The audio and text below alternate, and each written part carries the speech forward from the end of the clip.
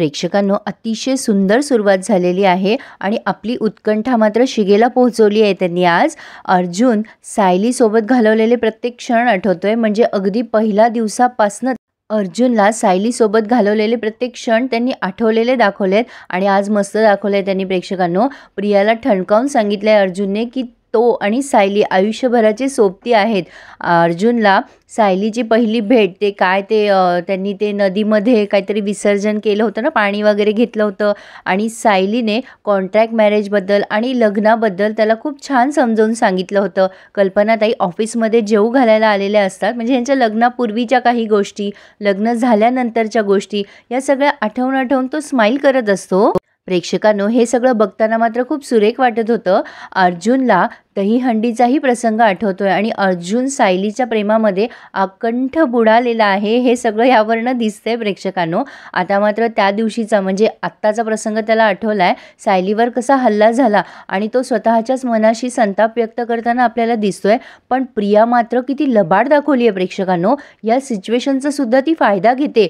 ती बघते की सगळेच जण टेन्शनमध्ये आणि मग अर्जुनशी उगाच लगट करायला येते आणि त्याच्या हाताला हात लावून म्हणते अर्जुन एकदम दचकतो ही हात लावते म्हणून। आता ही म्हणते की अर्जुन मला तुझं दुःख कळतंय रे, तुला मनातलं काहीही बोलायचं असेल ना बिंदास माझ्याशी शेअर कर, अगदी माझ्या खांद्यावर डोकं ठेवून रडावंसं वाटलं ना तरी तू रडू शकतोस, हां शेवटी आपण दोघंच तर आहोत ना एकमेकांसाठी। आता ती त्याचा हात सुद्धा हातात घेते आणि म्हणते बघ न रे, नियती प्रत्येक वेळेला संकेत देते ना, तू आणि मी आयुष्यभर एकत्र असणार आहोत। आता अर्जुनला खूप राग येतो तिचा, पण तरी सुद्धा ह्या वेळेला तो कंट्रोल करतोय स्वतःवर। तो तिच्यापासून लांब जाऊन बोलत असतो, पण ही पुन्हा त्याच्या मागे करत असते। अर्जुन शेवटी म्हणतो हे बघ तुझे संकेत ना तुझ्याजवळच ठेव आणि माझ्यापासून लांब राहा तन्वी, हे बघ मी आधीच खूप स्ट्रेस्ड आउट आहे आणि मला तू स्ट्रेस देऊ नकोस। तन्वी म्हणते अरे मी तुझा स्ट्रेस कमी करायला आली आहे। अर्जुन म्हणतो कमी करायचं असेल ना तुला माझा स्ट्रेस, तर मग माझी आई बसली आहे ना त्याच्या बाजूची सीट रिकामी आहे, तिथे जाऊन गपचूप बस।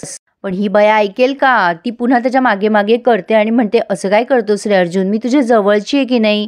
अर्जुन तिच्याकडे रागाने बघतो। आता ती म्हणते अरे म्हणजे मी तुझी जवळची मैत्रीण आहे ना रे, मला ही मैत्री जपायची आहे रे, खरं सांगू का तुला, अरे मला सायलीला रक्त नाही देता आलं ना त्याचं खूप वाईट वाटलंय रे मला, माझ्या हातात असतं ना तर माझ्या रक्ताचा शेवटचा थेंब देखील मी सायलीला दिला असता रे, तुझा आधार बनायला ना मी वाटेल ते करू शकते। आता मात्र अर्जुन तिला खूप सुनवतो आणि म्हणतो माझा आधार तुला बनायची गरज नाहीये तन्वी, माझा आधार ती मुलगी आहे जी आज जगण्यासाठी लढतीये, ती तुझ्यासारखी माझ्या पुढे करून मला कनेक्ट करायचा प्रयत्न नाही करत ग, आम्ही ऑलरेडी कनेक्ट आहोत, आमचं कनेक्शन ना मनाचं आहे मनाचं। तुझ्या माहितीस्तव सांगतो मी, ती माझी लाईफ पार्टनर आहे। लाईफ पार्टनर या टर्मचा अर्थ कळतो का ग तुला? म्हणजे ती आणि मी आम्ही आयुष्यभर एकत्र राहणार आहोत, ती आणि मी, तू आणि मी नाही तन्वी। आणि डोंट वरी माझ्या सायलीचं आयुष्य ना अजून खूप मोठं आहे, तिला खूप जगायचंय अजून। प्रियाचा चेहरा असा झालेला असतो ना प्रेक्षकांनो बघायसारखा झालाय। आता अर्जुन पुढे म्हणतो तिला सगळं आयुष्य जगायचंय, अजून भरपूर आयुष्य जगायचंय, फक्त माझ्यासोबत खूप जगायचंय तिला। आता पुन्हा तन्वी काहीतरी बोलणार, तेवढ्यात अर्जुन तिला असा हात दाखवतो आणि म्हणतो बस झाला आता, आणि मग तन्वी गपचूप खाली जाऊन बसते। प्रेक्षकांनो काय उत्तर दिलंय ना अर्जुनने, मस्त वाटलं ऐकायला। सॉरी फॉर युअर इनकन्व्हिनियन्स प्रेक्षकांनो, तुमचे 2च सेकंद घेतेय। हे बघा अजून सुद्धा 78% लोकांनी सबस्क्राईब केलेलं नाहीये, प्लीज चॅनलला सबस्क्राईब करा म्हणजे मी तुमच्यापर्यंत पोहोचू शकेल। मला तुमच्यापर्यंत या मालिकेचे खरेखुरे रिव्ह्यू पोहोचवायचे आहेत, फेक नाही, प्लीज प्रेक्षकांनो सबस्क्राईब करा। तर पुढे आपण बघतोय पूर्णा जी देवीजवळ प्रार्थना करताय सायलीसाठी आणि त्यांनी अस्मिताला फार मस्त ऐकवलंय प्रेक्षकांनो, अतिशय सुंदर डायलॉग आहेत आजचे। पूर्णाजी देवाजवळ म्हणतात एवढ्या कमी वयामध्ये एखाद्याचा जीव जाणं एवढं कमनशिबी नको रे देवा कोणी, त्या सायलीला वाचव। आता लगेच अस्मिता तिथे येते आणि म्हणते बसकर नको पूर्णाजी, कशाला तिच्यासाठी प्रार्थना करतीये, तुला आवडत नाही ना ती सायली। पूर्णाजी खूप छान बोलतात अस्मिताला, अगं अस्मिता याला ना माणुसकी म्हणतात आणि हा शब्द तुझ्या ओळखीचा नसेलच। आता अस्मिता म्हणते ए आजी माझ्यामध्ये सुद्धा आहे माणुसकी, पण मला त्या सायलीच्या बाबतीत अजिबात दाखवायची नाहीये ती। आणि तसंही नको ना ती आपल्याला या घरात. बरे ना मग सुंठे वाचून खोकला चाललाय तर. आता पूर्णाजी म्हणतात, अस्मिता आम्ही तुझ्यावर चांगले संस्कार करायला खरंच कमी पडलो ग. अगं एखाद्याने या घरात नसणं आणि जगात नसणं यात काही फरक आहे की नाही. अगं शत्रूचा जरी जीव जात असेल ना तर त्याच्यासाठी सुद्धा प्रार्थना करायची असते ग. अगं त्याचा आनंद साजरा करावा इतकं सुद्धा वैर करायचं नसतं ग. अस्मिता म्हणते, मी काही बोलले ना पूर्णाजी तरी तू मला वाईटच बोलणार आहेस. आता पूर्णाजी म्हणतात, अगं तू स्वतःलाच वाईट केलंयस. सगळा चांगुलपणा तू वेशीला टांगून ठेवलायस. एक गोष्ट लक्षात ठेव अस्मिता, माणसातलं माणूस पण गेलं ना तर त्याच्यामध्ये उरतो ना तो फक्त हिंस्त्र प्राणी असतो आणि तो दुसऱ्यासाठी तर धोकादायक असतो पण स्वतःसाठी ना जास्ती धोकादायक असतो. आता अस्मिता काही बोलणार तेवढ्यात पूर्णाजी म्हणतात, बस कर अस्मिता, एक शब्दही बोलू नकोस आता. माझ्यासाठी कॉफी घेऊन ये, माझं डोकं दुखतंय. आणि आता ही अस्मिता त्या विमलला सांगते, ए विमल पूर्णाजीसाठी कॉफी घेऊन ये ग, माझ्यासाठी पण घेऊन ये. आता पूर्णाजी फोन लावतायत दवाखान्यामध्ये. कल्पनाताईंना विचारपूस करताय, बरी आहे का ग सायलीची तब्येत. आता ही तिकडी पुन्हा इथे बसलेली आहे. अण्णा म्हणतो, राकेशला आवरल्या का रे त्या काचा. राकेश म्हणतो, आवरल्या पण माझं ना डोकं भणभणतंय यार, सगळी उतरली आपली, चांगले पीत होतो. काय हो महिपत अंकल, साक्षी खूप चिडली आहे ना. आता नागराज चिडतो आणि म्हणतो, ए बावळ्या, अरे साक्षी चिडतीये हा प्रॉब्लेम नाही आहे आपला, ती सायली अजून जिवंत आहे ना हा प्रॉब्लेम आहे. ए महिपत, अरे तुझा माणूस आपल्याला कन्फर्म मेसेज का करत नाहीये, नुसता ती पोरगी मरतीये ती फुलटू कधी मरणार. आता लगेच अण्णा म्हणतो, अरे येईल रे येईल, खबर येईल. अरे ती पोरगी रात्री खपली काय आणि सकाळी खपली काय आपल्याला सारखंच आहे रे. नागराज म्हणतो, अण्णाही खपली तर. लगेच राकेश म्हणतो, अहो पप्पा कधीतरी पॉझिटिव्ह बोला ना. नागराज म्हणतो, अरे काय पॉझिटिव्ह बोलू, अरे ती मेली म्हणून आपण इथं आनंद साजरे करतोय ना, आणि ती मात्र आहे तिथंच आहे, तिला काहीच झालेलं नाही अजून. राकेश म्हणतो, आपल्या सगळ्यांची डोकी ना विचार करून करून जास्तीच भणभणताय. पण खरं तर आपण साक्षीला सांगायला पाहिजे होतं. आपण तिला कॉन्फिडन्समध्ये घेतलं असतं ना तर तिने सायलीचा काटा कसा काढायचा ना त्याच्या चांगल्या चांगल्या आयडिया दिल्या असत्या आपल्याला. खूप हुशार आहे माझी साक्षी. महिपत अंकल तुम्ही खूप हर्ट केलंय हो माझ्या साक्षीला, हा प्लॅन तिच्यापासून लपवून. आता महिपत चिडतो आणि म्हणतो, नागराज शेठ तुमचं मीठ खाल्लंय ना म्हणून आतापर्यंत सगळं ऐकून घेतोय, याला गप करा, याला आवरा नाहीतर. आता लगेच नागराज म्हणतो, गप ना तू, कशाला बडबड करतोय, तोंडाला पट्टी लाव ना. पुढे म्हणतो, ह्या अशा गोष्टीपासून ना साक्षी लांब राहिलेलीच बरी. या अशा गोष्टी मला तिला सांगावं पण वाटत नाही. पण मला एक गोष्ट कळत नाहीये, तिला सांगितलं कोणी सायलीवर हल्ला झाला ते. साक्षी येते तिथे आणि म्हणते, चैतन्याने सांगितलं मला.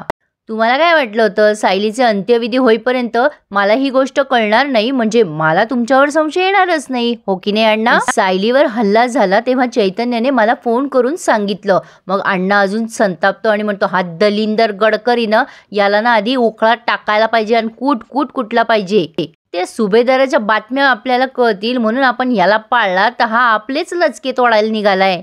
नको त्या बातम्या, नको तिथे, लई घाईघाईत पोहोचवायला लागलाय हा दलिंदर गडकरी. आता चैतन्याचाही काटा काढतो का काय म्हणा बाबा.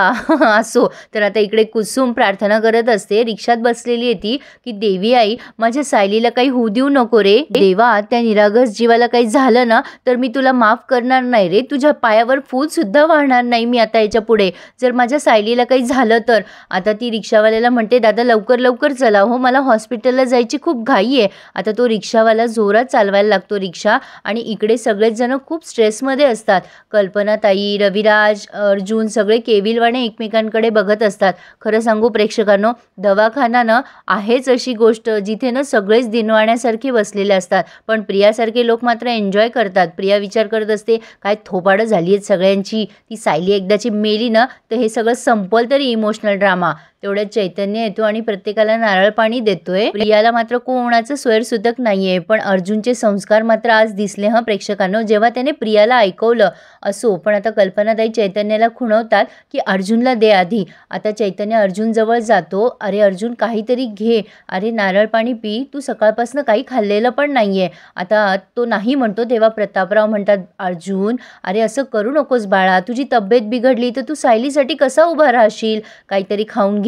पण अर्जुन म्हणतो, नाही बाबा मला बाबा, आपल्यापैकी कोणाला काही झालं असतं तर सायलीने काही खाल्लं असतं का, तिने सारखी प्रार्थना केली असती. नाही, माझ्या घशाखाली काहीच जाणार नाहीये, सायलीला ना ब्लड मिळू देत, फक्त नुसतं वेळ जातोय, तिची तब्येत क्रिटिकल होत चालली आहे. अर्जुन खूप केविलवाणा झाला आहे सायलीच्या तब्येतीमुळे. आता ह्या कल्पनाताई म्हणतात माझ्या अर्जुनचं किती प्रेम आहे नाही सायलीवर, किती मनापासून प्रेम आहे अर्जुनचं सायलीवर. चैतन्य म्हणतो हो ग कल्पना मामी, खरंच आपली सायली वहिनी आहेच तशी गुणी, फक्त ती लवकर बरी होऊ देत. आता रविराज मनाशी विचार करतात खरंच अर्जुनचं सायलीवर किती प्रेम आहे, पण माझ्या तन्वीला हे बघून त्रास होत असेल, पण एका अर्थी बरंच आहे, तिला अर्जुनला विसरायला मदत होईल. पण पुढे आपण बघतोय प्रेक्षकांनो, ही कुसुम घाई करत असते रिक्षावाल्याला की लवकर चला दादा, आणि तो फास्ट चालवत असताना रिक्षा एकदम प्रतिमा त्या रिक्षाच्या खाली आलेल्या दाखवल्या. आणि इथे ना जरा त्यांनी असं एक्साइटमेंट वाढवली आहे आपली, की सायली तिकडे क्रिटिकल झाली आणि प्रतिमा त्याचे इकडे ॲक्सिडेंट झाला आहे,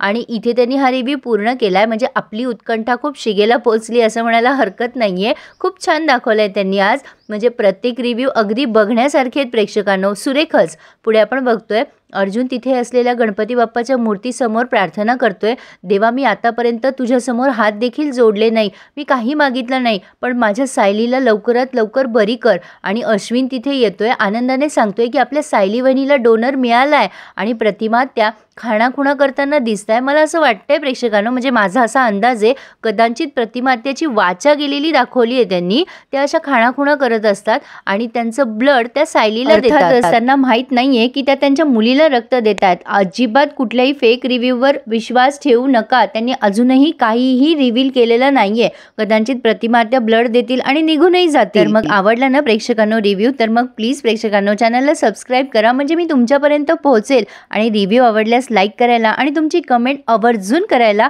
प्लीज विसरू नका. कमेंट्स आल्या ना की मला फार भारी वाटतं, माझ्या कामाची पोचपावती मिळाल्यासारखं. सो प्लीज प्रेक्षकांनो subscribe my channel and enjoy my all reviews. धन्यवाद.